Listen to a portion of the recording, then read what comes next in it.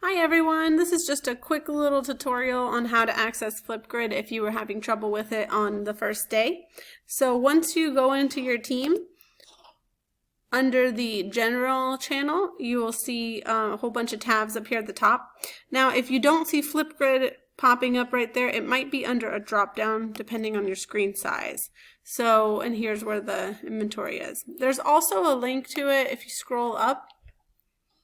It should be right there. So you can click this link right here, or you can click the tab at the top.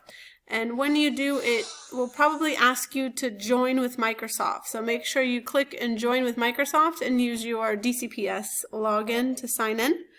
Then you should see this button right here. It says record a response. If you're doing it on your phone, you can go back here and just type in this link on your phone. Like if you have an iPhone, you just go to Safari and type this in right here, flipgrid.com/4DE62E64, and it'll take you straight to the FlipGrid if you want to record it on your phone. So if you don't have a webcam on the computer you're using, or you just prefer your phone, just type in that link. Or if you have the Teams app, you can access it the same way. Alright, so if you have any questions still after watching this video, shoot me an email. Alright guys, hope this helps. Talk to you later.